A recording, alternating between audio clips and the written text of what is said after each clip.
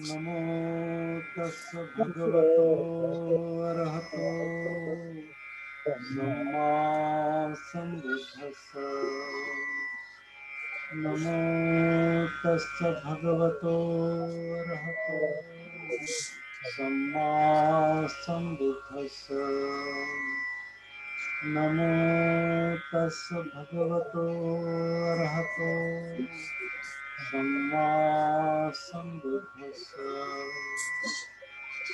बुद्धं धम्मं संघं नमस्कारं।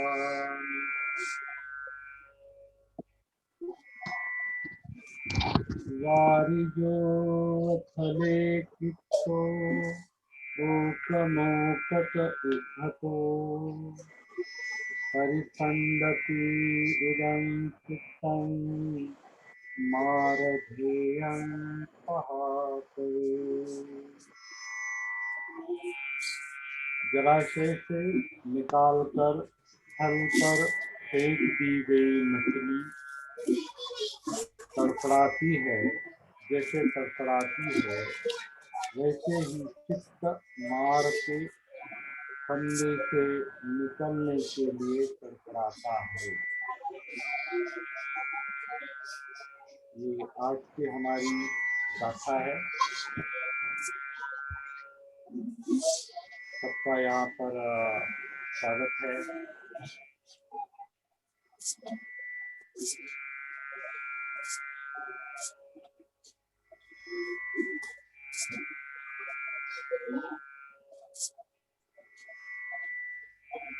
कल का सेशन हमारा बहुत अच्छा रहा।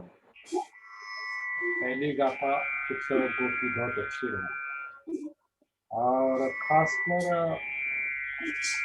सती साधना की दृष्टि से वो बहुत अच्छा विषय है।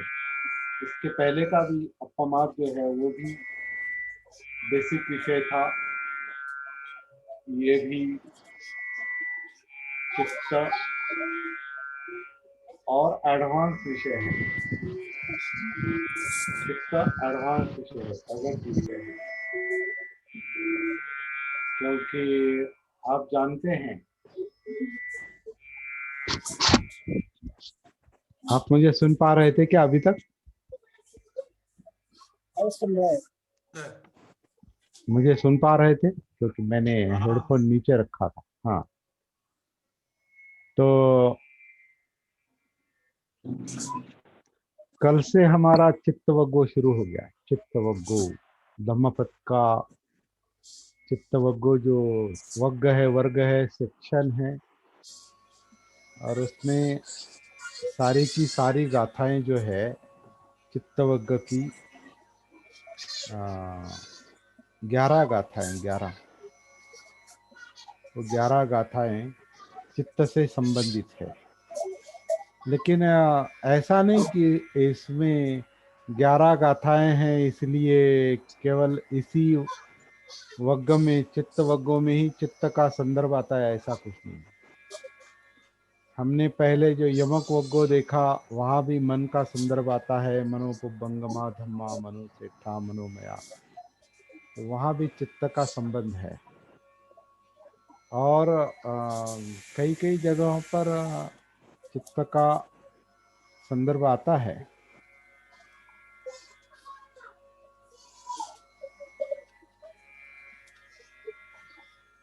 नहीं भी आता है तो भी सब कुछ चित्त में ही चल रहा है, मन में ही चल रहा है। तो अपमाद भी मन में ही है, कुशल भी मन में ही है, चित्त में ही है, लोभ चित्त में है, द्वेष चित्त में है, विचार प्रक्रिया चित्त के कारण प्रज्वलित होती है या मन के कारण चित्त प्रज्वलित होता है। तो भले ही ये शब्द हर इसमें नहीं दिखाई देगा, लेकिन वो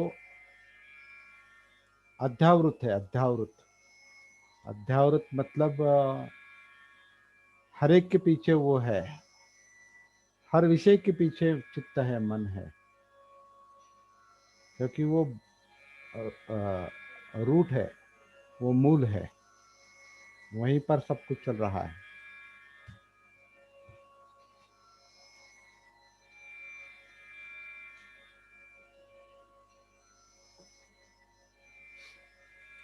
लेकिन चित्त इतनी आसानी से महसूस नहीं होता जितनी आसानी से सांस महसूस होती है, जितने आसानी से थोड़ी काया अंदर महसूस होती है।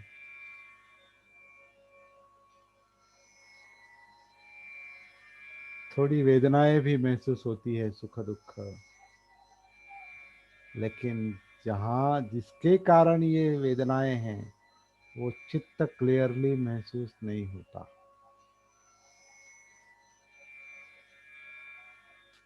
और जिस विचार प्रक्रिया के कारण, मनोधम्म के कारण, मनोविज्ञान के कारण चित्त प्रज्वलित होता है,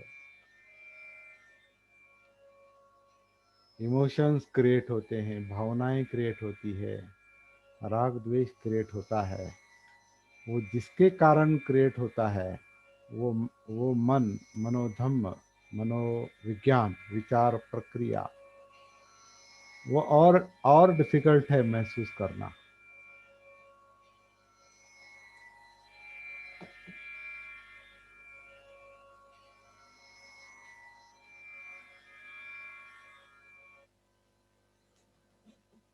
इस तानपुरे की सुर के कारण सबको शांत लगता है और शांति से बात चलती है, अच्छा है। लेकिन जरूरत के मुताबिक स्पीड बढ़ेगा, बातों का स्पीड बढ़ सकता है, बोलने का स्पीड बढ़ सकता है।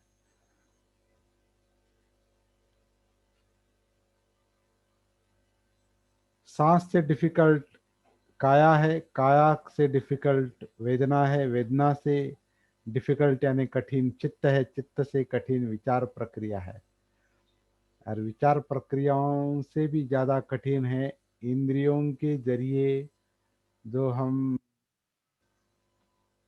पूरे हमारे विश्व को महसूस कर रहे हैं, ये हम या हमारा माहौल जो महसूस कर रहे हैं, जो वातावरण महसूस कर रहे हैं, जो दिखाई दे रहा है, सुनाई दे रहा है, ये महसूस करना और कठिन है।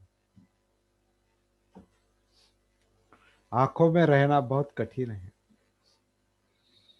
आंखें जो देख रही है उन आंखों में रह के देखना बहुत कठिन है। कान जो सुन रहे हैं उन कानों में रह के सुनना बहुत कठिन है। इस गंध, जीभ और त्वचा, इंद्रियों में रहकर इंद्रियों के अनुभव महसूस करना और कठिन है।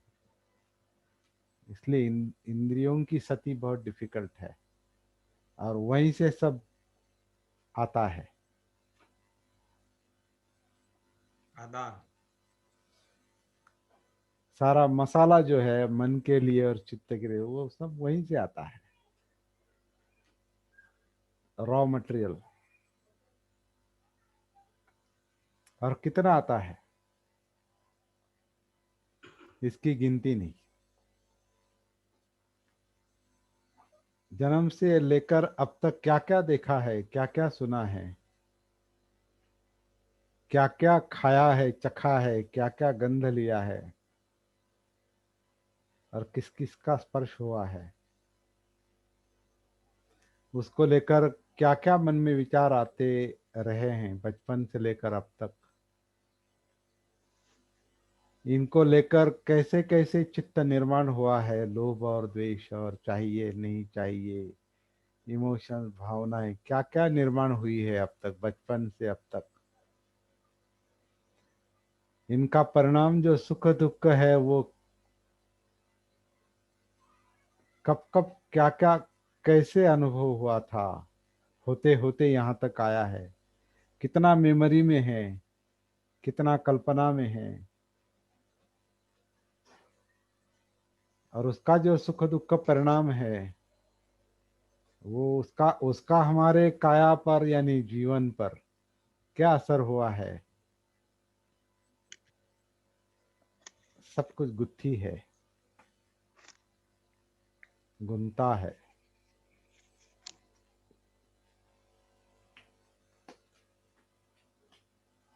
ये जीवन है, इस जीवन का यही है, यही है रंग रूप।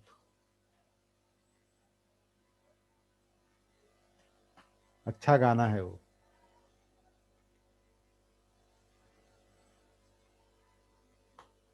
और ये प्रॉब्लम है, लेकिन ये प्रॉब्लम सॉल्व करना, ये समस्या सॉल्व करना हमारे हाथ में है। जीवन जीवन की समस्याएं सॉल्व करना हमारे हाथ में है। अगर हमारे हाथ में नहीं होता तो फिर ये सब करने का कोई मतलब नहीं।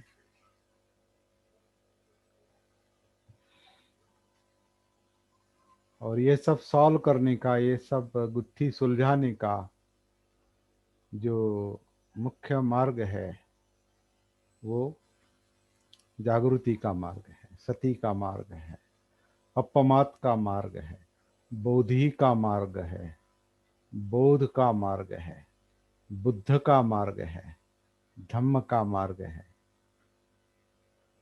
बुद्ध जो महसूस करते हैं, जागृति जो महसूस करती है, सती जो महसूस करती है, उसे धम्म कहा है।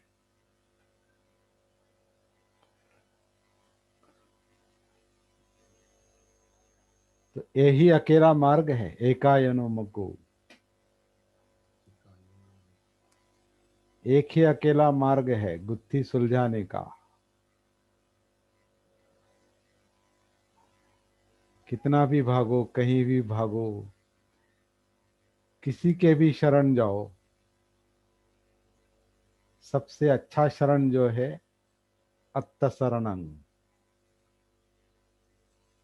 अपने आप को शरण। लेकिन अपने आप को मतलब किसको शरण? जो जागृत है वो उसके शरण। सोए हुए को हम शरण नहीं जा सकते, वो खुद सोया है, उसके क्या शरण जाए? सोए हुए के शरण जाएंगे तो वो खुद खाई में लेके जा सकता है। जागृत अत्त, अत्त द्वीप, अत्त द्वीप या दीप।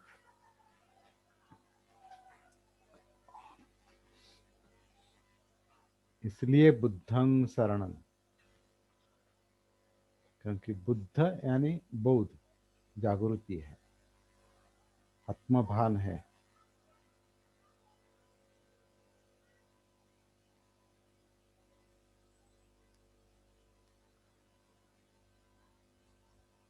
और ये सब काम चित्त में चलता है।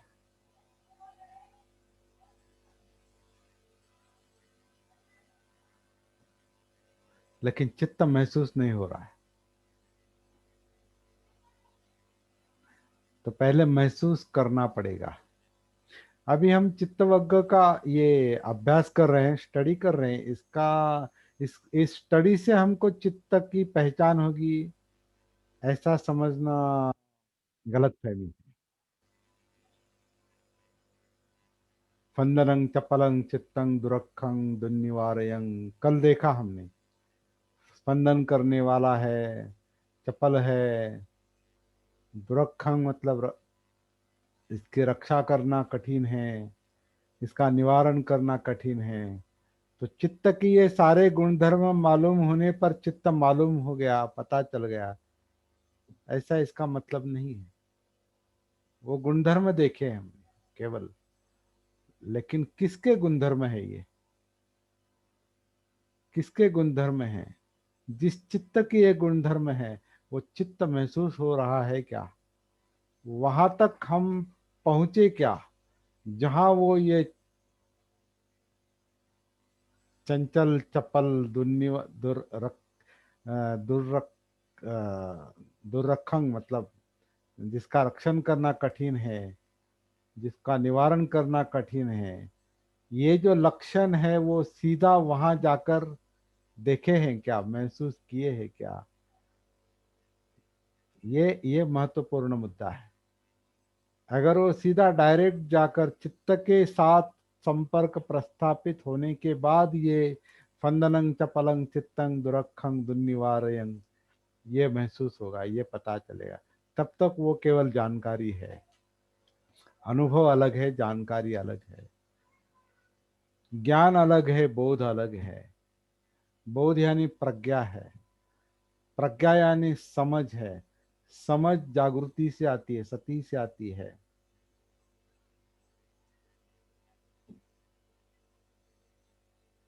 तो सती साधना को गहराई में ले जाने के लिए पहले प्रयास होने चाहिए, फिर ये अभ्यास काम आएगा। फिलहाल हम देखने की कोशिश कर रहे हैं, मतलब एक तुलनात्मक अध्ययन कर रहे हैं धम्मपद का और सती साधना का। ये कहीं ना कहीं कभी ना कभी ये काम आएगा। फिलहाल केवल शब्द परिचित होंगे, फंदनं चपलं चित्तं दुरखं दुर्निवारयं मालूम होना चाहिए। चित्त स्पंदन करता है, चंचल है, चपल है, इसका रक्षण करना कठिन है, निवारण करना कठिन है। जो मेधावी पुरुष, जो पंडित इसका रक्षण करेगा, पंडित पुरुष, मेधावी पुरुष, प्रज्ञावान पुरुष, इसका उसी तरह चित्त को सीधा करता है, सरल करता है, जैसे बाण बनाने वाला बाण को सरल करता है। तो कहने के लिए बहुत अच्छा है, ये समझने के लिए बहुत अच्छी गाथा है, लेकिन असली काम जो है वो सत्य और जागृति के आधार से चलेगा। जैसे कल हमने कहा कि जब भी यहाँ आएंगे अपने आप से कनेक्ट हो जाएंगे।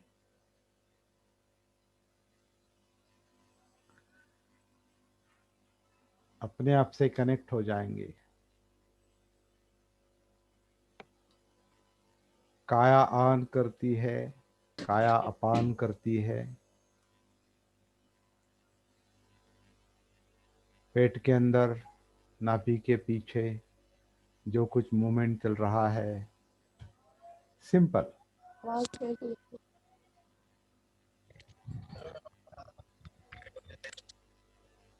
समझने के लिए बहुत सिंपल है, नहीं इसमें क्या जटिल है? कुछ जटिल नहीं। पेट के अंदर, नाभि के पीछे जो मूवमेंट चल रहा है नेचुरली, लेकिन ये कठिन इसलिए लगता है कि मन फंदनं चपलं चित्तं ये भागता है, इसलिए अंदर नहीं जाता। तो उसका भागना कम करने के लिए अंदर जाना पड़ेगा। मतलब पहले चित्त को शांत करने की आवश्यकता है, जिसे पाली में समथा कहा है। शमथ, समथा, समथ, शमथ यानी शमन, शमना। उसको अतिरिक्त गति जो है चित्त की, जो चंचल गति है, चपल गति है, उसको थोड़ा शांत करना पड़ता है। और वो शांत होता है सती के कारण, जागृति के कारण, महसूस करने के कारण।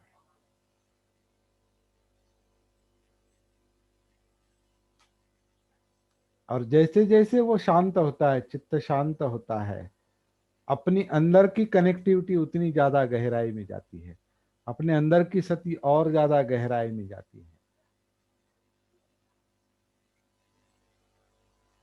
इसलिए बहुत शांति के साथ, समझदारी के साथ शरीर सांस अंदर ले रहा है, छोड़ रहा है, नैसर्गिक रूप से, हम कुछ नहीं कर रहे। ये अनात्म सांस मैं समझता हूँ सबसे इम्पोर्टेंट बात है शुरू में। अनात्म सांस, जिसके समझ में ये अनात्म सांस आ गई, उसका आधा काम हो गया, ऐसा मुझे लगता है। अनात्म सांस जो हम नहीं लेते, हम नहीं छोड़ते, मतलब कुछ नहीं करना है।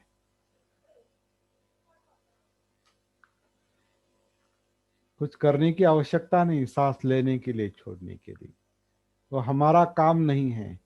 लेकिन मैं जो है, आत्म भाव जो है, वो उसको नियंत्रित करने की कोशिश करता है, अनकॉन्शियस लिया जागृति में, जब सती नहीं होती तो मैं सांस लेता हूँ, मैं छोड़, ऐसा लगता है। अनकॉन्शियस लिया, जानबूझकर नहीं करता हूँ। क्योंकि हर हर काम जो है हमारा जीवन का, हमारे जीवन का 90% हिस्सा जो है वो मैं पर चलता है। मैं मेरे पर चलता है, इच्छा शक्ति पर चलता है, इमोशंस पर चलता है, चित्त पर चलता है, चाहिए नहीं चाहिए पर चलता है। तो फिर सांस के लेवल पर भी मैं सांस लूंगा, मैं छोड़ूंगा, इस तरह से लूंगा, उस तरह से लूंगा, ऐसे छोड़ूंगा, वैसे छोड़ूंगा, और फिर देखूंगा। तो उसमें भी सती है उसमें, लेकिन ये वो ध्यान बनता है, क्योंकि आपको वो करने के लिए ध्यान देना पड़ता है। मैं ऐसे करूंगा तो मैं ध्यान ही है। मुझे तो लगता है मैं जो है, विचार विचार प्रक्रिया जो है, मैं जो है वो ध्यान है। क्योंकि वो मैं क्या करता है, मैं ऐसे देखूंगा, यहाँ देखूंगा, छोटी सांस लूंगा, बड़ी सांस लूंगा, उसको उसकी गिनती करूंगा, उसको ऐसे देखूंगा, वैसे देखूंगा। मतलब जैसे चल रहा है, जैसे शरीर नैसर्गिक रूप से, ये जीवन शरीर यानी ये जीवन जिस तरह से नैसर्गिक रूप से वो ले रहा है, वो आनापान की प्रक्रिया हम महसूस नहीं कर रहे। जब हम उसको इच्छा शक्ति के बल पर देखने की कोशिश करते हैं।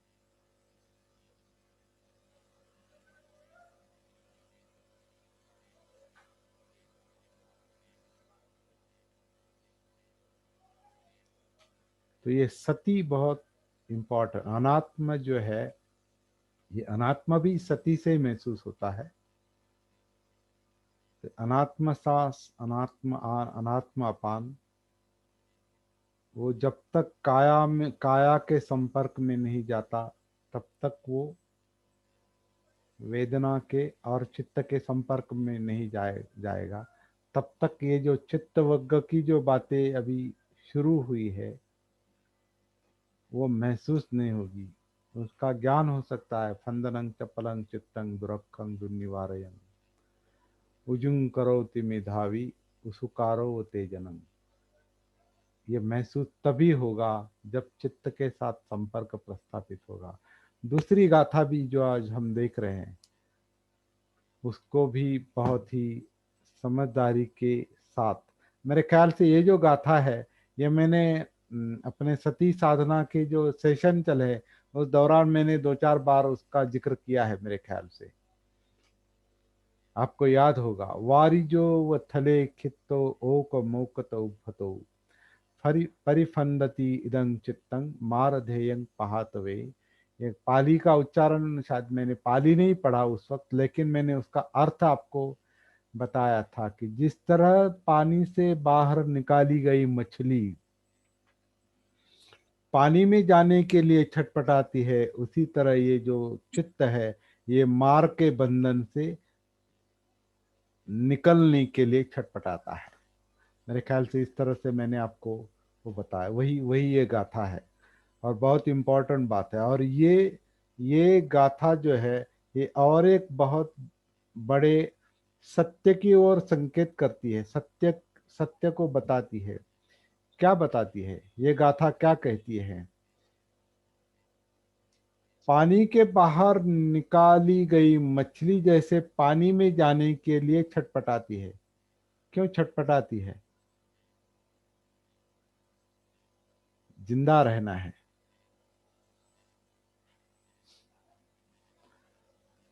जिंदा रहना है, इसलिए वो पानी में जाने के लिए छटपटाती है। उसी तरह ये चित्त, उसे भी जिंदा रहना है, लेकिन मार उसे मारता है।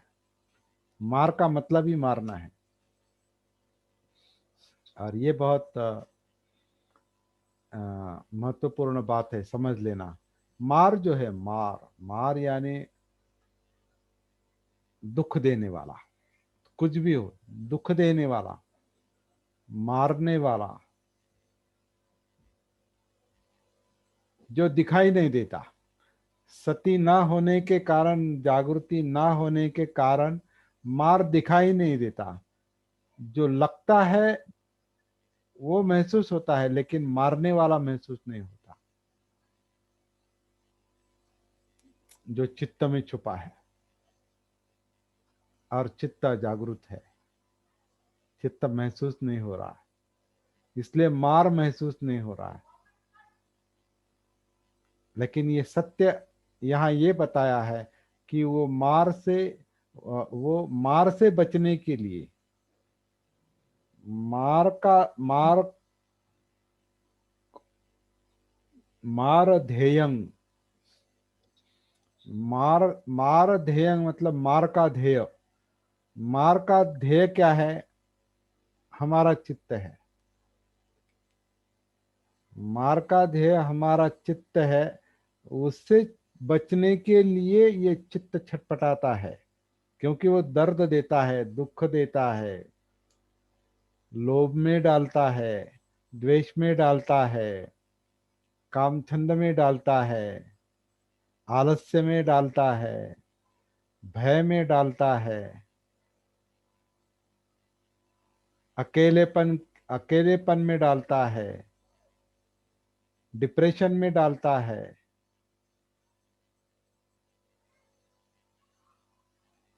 मारता है वो, मार है। लोभ मार है, द्वेष मार है। तो एक पांच पांच तरह के मार बताए हैं, उसका हम बाद में स्टडी करेंगे, बाद में स्टडी करेंगे। मार, पांच तरह के मार है वो। स्कंध मार है, मतलब रूप वेदना संज्ञा संस्कार विज्ञान, ये जिससे ये हमारा अस्तित्व बना है, वो मार, मार का रूप है। या मृत्यु मार है, मच्छू मार, यानी मृत्यु एक मार है, मारने वाला है। इंद्रियों के विषय मार है। इस तरह के और दो मार है।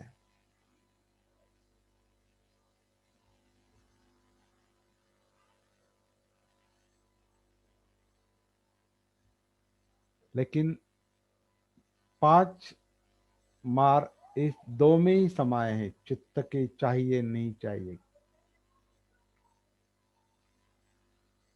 कुछ ना कुछ चाहिए, कुछ ना कुछ नहीं चाहिए, जो महसूस नहीं होता। चित्त महसूस नहीं होता मतलब चित्त के चित्त के चाहिए नहीं चाहिए में जो सैकड़ों भावनाएं निर्माण होती है, मिलने के कारण, ना मिलने के कारण, लोभ का विषय ना मिलने के कारण, न मिलने के कारण, द्वेष के मुताबिक होने के न होने के कारण जो इमोशंस क्रिएट होते हैं,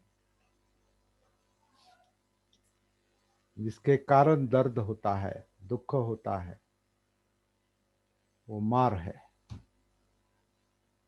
और इस मार से बचने के लिए चित्त छटपटाता है, जिस तरह से पानी से निकाली गई मछली छटपटाती है। अब ये एक सत्य की ओर ये गाथा अंगुली निर्देश करती है। ये गाथा क्या बताती, क्या सत्य बताती है कि चित्त स्वयं प्रयास करता है मार से छूटने का, दुख से मुक्त होने का। फिर प्रॉब्लम क्या है, कहाँ कहाँ वो क्यों नहीं छूटता, क्यों क्यों निकल नहीं पाता दुख से, अपने आप क्यों नहीं निकल पाता?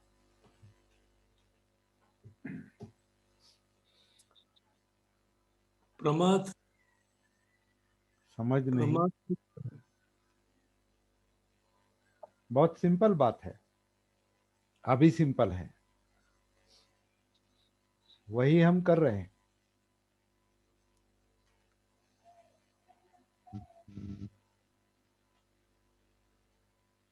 हाँ, बोलिए। आवाज नहीं आ रही। अजागृति प्रमाद। सती अजागृत, चित्त अजागृत है, हाँ सती में नहीं है। उसे अपना भान नहीं है, होश नहीं है, वो अनकॉन्शियस है, सुध नहीं है, उसे सुध भान नहीं। भान नहीं है, सुध नहीं है। इसलिए वो मार के बंधन से अपने आप को छुड़ा नहीं पाता, इसलिए दुख भोगना पड़ता है।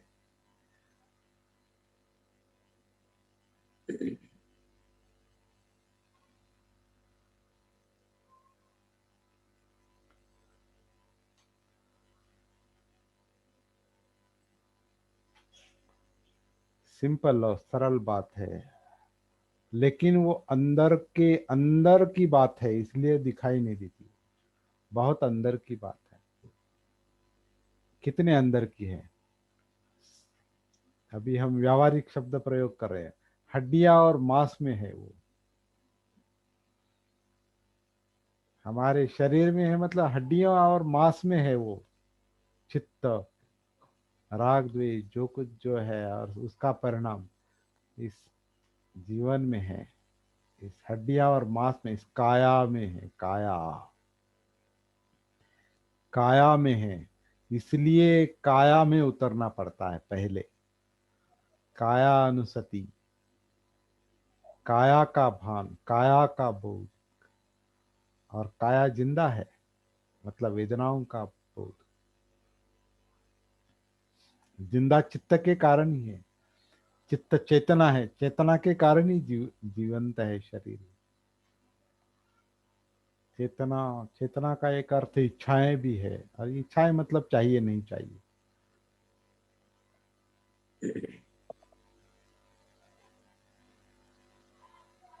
और इसे सती के साथ महसूस करेंगे। मुख्य काम क्या है? चित्त का अभ्यास कर रहे हैं, अध्ययन कर रहे हैं, लेकिन महसूस, उसे महसूस करने का काम सती के साथ होगा। सती के आधार से होगा, जागृति के आधार से होगा। इसलिए सती सती सती, दूसरा कुछ काम। अपमाद, सती संप्रजन्य। अब ये भी बहुत इंपॉर्टेंट शब्द है, ये भी याद रखना बहुत जरूरी है। सती संप्रजन्य, सती संप्रजन्य। संप्रजन्य मतलब इस क्षण में जो जो चित्त में ऊपर आ रहा है, तो इस चित्त में जो जो ऊपर आ रहा है, उठ रहा है, महसूस हो रहा है,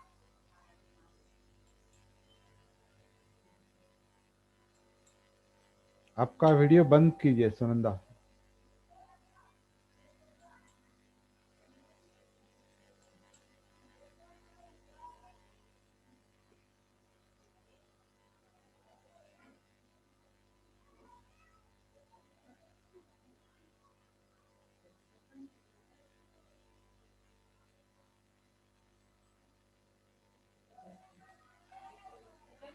जो जो महसूस हो रहा है,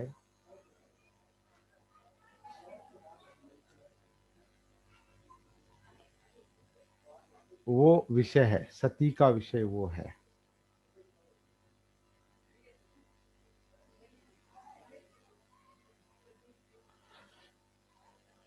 वैसे एक एक प्रॉब्लम ये होता है बात करने के लिए, इस पर ज्यादा बात कर भी नहीं सकते, क्योंकि जितने अंदर की बात है उतना आप ओपनली, जैसे जो दिखाई देता है उसके बारे में आप बहुत कुछ बोल सकते हैं।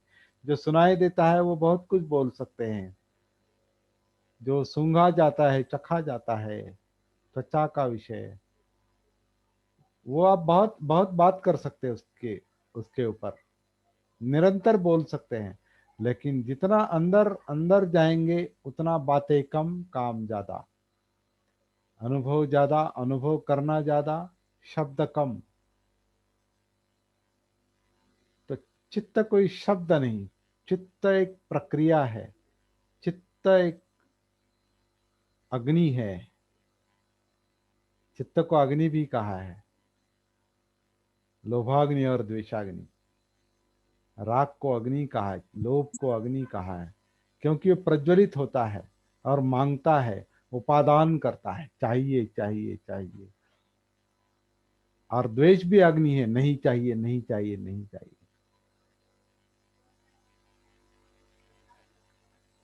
लोभ जो है सब कुछ पाना चाहता है, और द्वेष जो है वो खत्म करना चाहता है। तो ये अग्नि है। लेकिन वो कितना भी चाहे चाहे या नहीं चाहे, न, न, न कित, कितना भी चाहता है या नहीं चाहता है, सब उसके मन के मुताबिक नहीं होता। इसलिए सुख दुख है। चाहिए के मुताबिक थोड़ा होता है, फिर वो अनदेखा हो जाता है, मतलब कुछ प्राप्ति होती है और वो फिर खत्म हो जाती है। और जो नहीं चाहिए उसके मुताबिक थोड़ा होता है, लेकिन फिर वो उसका वो घट सकता है, फिर से रिपीटेशन हो सकता है। कोई मनुष्य नहीं चाहिए या कोई अनचाही वस्तु हमें मेरे सामने नहीं चाहिए, लेकिन वो आ सकती है। वो मनुष्य कभी सामने आ सकता है, मतलब आप में द्वेष निर्माण हो सकता है, अगर होश में नहीं है तो, जागरूक नहीं है तो सारी बातें जो है वो चाहत के मुताबिक, इच्छा शक्ति के मुताबिक नहीं होती। ये प्रॉब्लम है। तो चित्त को इस तरह से प्रशिक्षित करना चाहिए कि वो डिस्टर्ब ना हो, विचलित ना हो, अशांत ना हो, वो चंचल ना रहे, स्पंदन ना करे, रक्षित रक, उसका रक्षण करना संभव हो,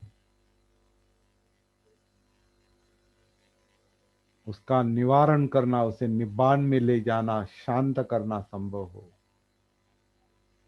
उसे दुख मुक्त करना संभव हो। इस तरह का प्रशिक्षण देना जरूरी है, और इसके लिए सती साधना है।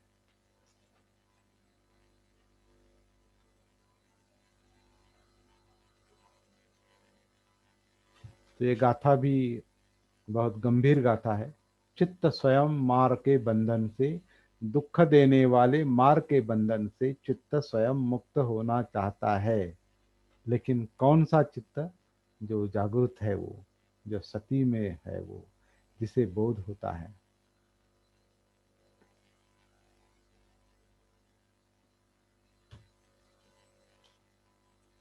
तो पानी से बाहर निकाली हुई मछली जैसे पानी में जाने के लिए छटपटाती है, इस तरह से ये चित्त मार के बंधन से मुक्त होने के लिए, मार का ध्येय बनने से, मार का टारगेट, मार का ध्येय बनता है चित्त।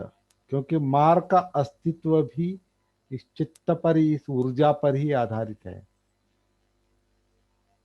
जैसे कि हम वायरस कहते हैं ना, वायरस वायरस बैक्टीरिया जो है, जो शरीर में व्याधि या रोग निर्माण करती है, क्योंकि वो जो है उसका आधार भी हमारा शरीर है। जैसे हमें खटमल काटते हैं या मच्छर काटता है ना।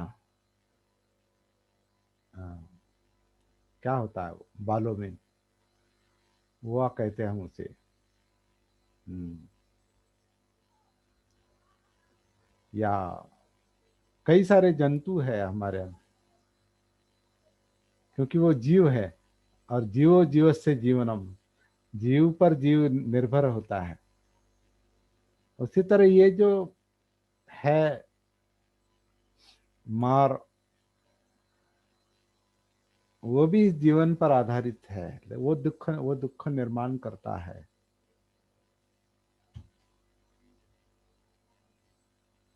तो कैसे काम करेंगे इस पर, यही सीखना है। That's all.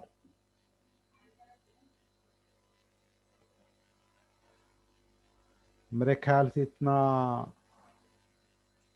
पर्याप्त है, आज के लिए इतना काफी है।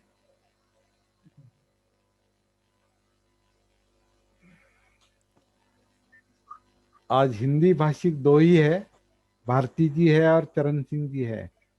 और लेकिन ठीक है,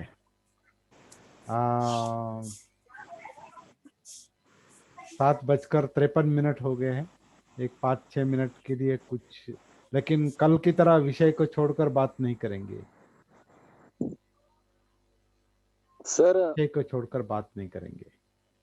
नहीं सर नहीं बात हुई तो भी चल सकता है, लेकिन विषय को पकड़कर बात करेंगे। हाँ बोलिए मस्के सर। सर मार्ग के विषय जो दुख देने वाले बोलने का ना फिर मार्ग का हाँ, विषय मार मार मतलब मारने वाला, सिंपल। दुख देने वाला विषय हाँ और जागृति का सुख देने वाला हाँ। दुख मुक्ति जागृति का विषय दुख मुक्ति की ओर जागृति का जागृति का विषय मार्ग की शक्ति कम करने का। हाँ बराबर बराबर। और मार्ग का विषय जागृति कम करने जागृति से हटने मार का विषय आप पर हमला करने का है, मतलब चित्त पर हमला करने का है। बराबर। अगर जागृति है, सती है, तो मार कुछ नहीं कर सकता। बराबर। सरल बात है। बहुत बहुत धन्यवाद सर। अच्छा हाँ सर, हाँ बोलिए सर। एक प्रश्न था सर। Hello sir. हाँ बोलिए ना सर। हाँ सर, मैं ये कह रहा था, अभी आप बता रहे थे कि जागृत मन तड़पता है। जागृत मन तड़पता है उसके लिए है? जागृत मन नहीं तड़पता, अजागृत मन तड़पता है। क्योंकि जागृत अगर है तो अजागरूक उसे, मन, हाँ हाँ जागृत अगर मन है तो उसे पता है मार को कैसे नियंत्रित करना है। मार का प्रभाव कम होता है अगर अगर देखता है कि, है ना। जैसे अभी और एक जरा कठिन उदाहरण देंगे। सामने से सांप आ रहा है, आपके सामने से सांप आ रहा है, आप उसे देख रहे हैं। अब क्या करेंगे? आप अपने आप को आसानी से बचाएंगे क्योंकि आप उसे देख रहे हैं, मतलब जागरूक है, उसके प्रति आप जागरूक है। तो आप क्या करेंगे? उसे बिना मारे आप अपने आप को उसे जाने देंगे। उसे जहां जाना है उसे जाने देंगे। उसे पकड़ने की, मारने की भी आवश्यकता नहीं, क्योंकि वो कोई आपको काटने के लिए नहीं आया है। लेकिन आप अगर उसके रास्ते में जाएंगे तो वो काटेगा। तो उस रास्ते से थोड़ा दूर रहें। हाँ। तो ये सांप उसके बचाने का वार काम, हाँ बस। हाँ, ये बचाने का काम है, मारने का काम, मार को मारने का काम नहीं है, बचाने का काम है, बचने का काम है, अपने आप को बचाने का काम है। क्योंकि मार को कितना मारेगी? मार को मार नहीं सकते, मार को हरा सकते। और हराने का मतलब ये है कि उसे जीतने नहीं देना। जीतने नहीं देना मतलब आप पर हमला नहीं करने देना। लेकिन हमला वो तभी करेगा जब भी आप वहां उपस्थित नहीं होंगे या उसके सामने नहीं होंगे। उसके ध्येय के मतलब उसके टारगेट से आप हट जाते हैं। सांप के रास्ते से आप हट जाते हैं तो वो क्यों काटेगा आपको? लेकिन आपका डर, आपकी अविद्या, आपका अज्ञान क्या करेगा? नहीं नहीं, अभी वो सांप है तो वो काटेगा ही, मैं उसे मारूंगा ही। तो आप अपनी जान को जोखिम में डाल रहे हैं। वो आपको काटने के लिए नहीं आ रहा है, वो उसको स्वयं को जिंदा रहना है। उसका भी जीवन है ना, तो उसको अपने आप को जिंदा रखना है। वो जिंदा रहने के लिए इधर उधर भटकता है, आपको काटने के लिए नहीं भटक रहा है। तो आप उसके रास्ते में मत आइए। हाँ, वो अगर आपके घर में ही घुसा है तो फिर कोई किसी एक्सपर्ट को बुलाए और उसको पकड़ के जंगल में छोड़ दीजिए। ये भी हो सकता है, कर सकते हैं, लेकिन ये बहुत कम बार होता है।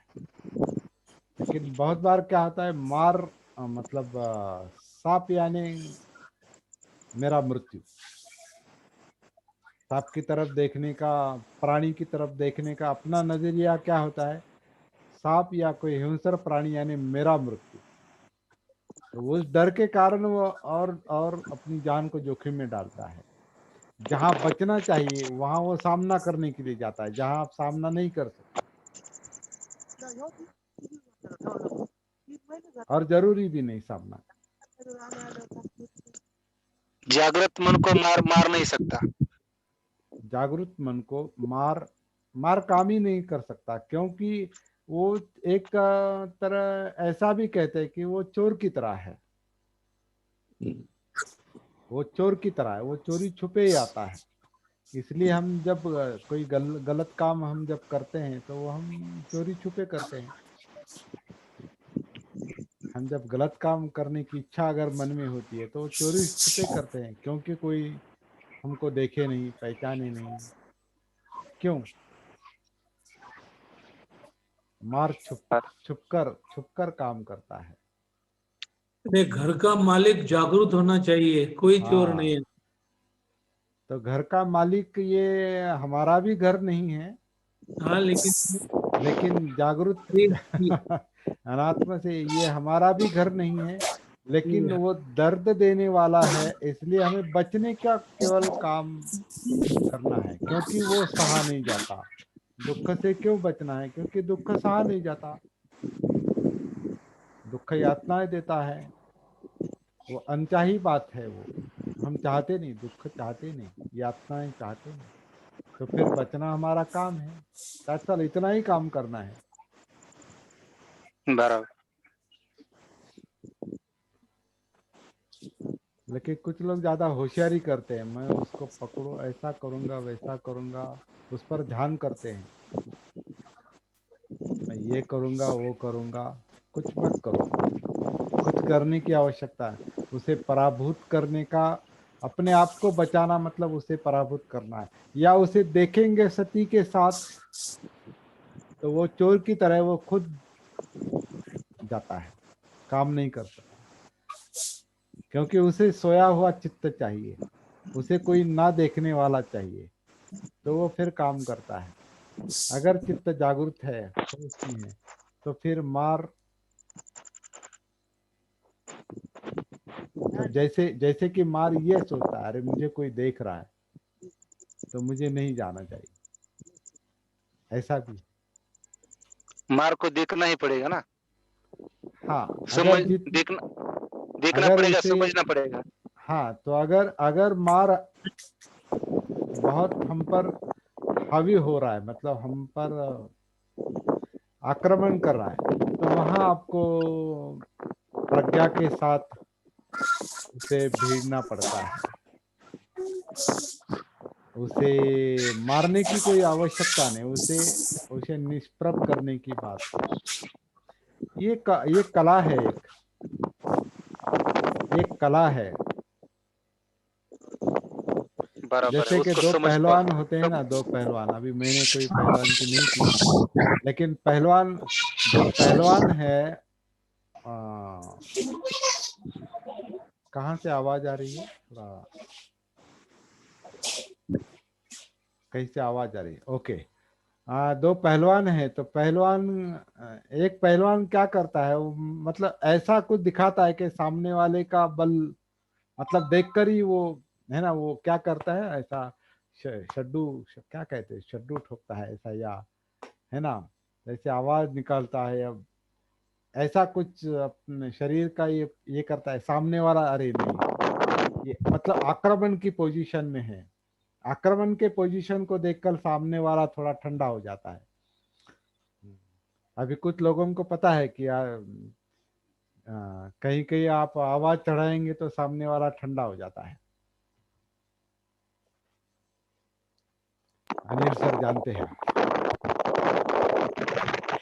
लेकिन सर, तेज बोलने से झूठी बात तो सच नहीं हो सकती। अनिल अनिल जानते हैं, मस्के जानते हैं, और कोई लोग जानते हैं। हम भी जानते हैं, ऐसा नहीं। या सर भी, अभी ड्यूटी सर भी, जब आप स्कूल में क्लास में जाते हैं और आपने आवाज चढ़ाई तो सब बच्चे शांत हो जाते हैं ना। हाँ? बच्चे बच्चे शांत, तो मार कभी कभी बच्चे की तरह होता है, वो आवाज निकालेगा तो शांत हो जाता है। या देखने से भी, कुछ टीचर ऐसे होते हैं, शिक्षक कुछ ऐसे होते हैं कि वो देखते हैं तो बराबर वो स्टूडेंट बराबर अपने मतलब सही सही सरल हो जाते हैं। खासकर पीटी के जो शिक्षक होते हैं स्कूल में, पीटी के शिक्षक, पीटी के मतलब खेल खेल खेल, हाँ, उनसे बच्चे डरते हैं मेरे ख्याल से। मैं सही कह रहा हूँ सर? हम डरते थे।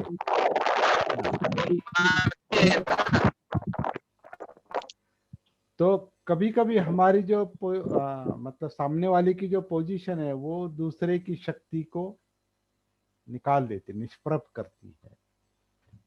ये भी एक तरीका है, अलग अलग तरीके से काम करना पड़ेगा, लेकिन ये सब सती के आधार से ही हो सकता है, जागृति के आधार से हो सकता है।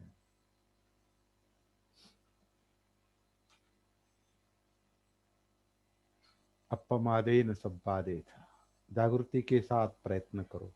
बुद्ध के अंतिम शब्द, या सती संप्रजन। जब जब जो जो निर्माण होता है उसे सती के साथ देखो, महसूस करो। तो ठीक है, 5 मिनट ज्यादा हो गए, 8:05 हो गए। शुरू करने में देर कर सकते हैं, लेकिन बहुत बहुत खत्म धन्यवाद करने सर। के लिए ज्यादा देर नहीं करनी चाहिए। हाँ सही बात है सर, बहुत बहुत धन्यवाद सर, बहुत बहुत धन्यवाद। Okay sir, thank you. हाँ, सर आपका बहुत बहुत धन्यवाद। Thank you. ये गाथा बहुत बड़ी हो गई, अच्छा हो गई। और जो मार के बारे में आपने बताया, हम मार से बचने की कोशिश करेंगे। Thank you sir. मार का मारने की दर्शन कोशिश लेने के लिए करेंगे। हमेशा तैयार रहना चाहिए। हाँ, मार का, क्योंकि मार मार हमको ताकतवर बनाता है, ये भी दूसरा उसका ये है। मार की शक्ति हमको ये बताती है कि आपको कितना ताकतवर होना चाहिए, बराबर। आपको कौन सा पैतरा अपनाना चाहिए। पैतरा यानी डाव, डाव डाव म्हणतो ना आपण, पहलवानांचा डाव। हाँ, तो मार ये बताता है सामने वाला कि आपको कौन सा पैतरा अपनाना चाहिए, कौन सा डाव खेलना चाहिए। तो मतलब ये प्रज्ञा का काम है, और ये कोई विध्वंसक काम नहीं। ये काम जो है ओके सर। वो शांति के साथ, जैसे बुद्ध ने क्या क्या, 2 युद्ध करने वालों को केवल राज्य त्याग करने से वो युद्ध थम गया। कितनी बड़ी बात है, okay sir, thank you sir. जय भीम। कितनी बड़ी बात है। ओके, जय जय भीम, नमो भीम। बुद्धा। जय भीम।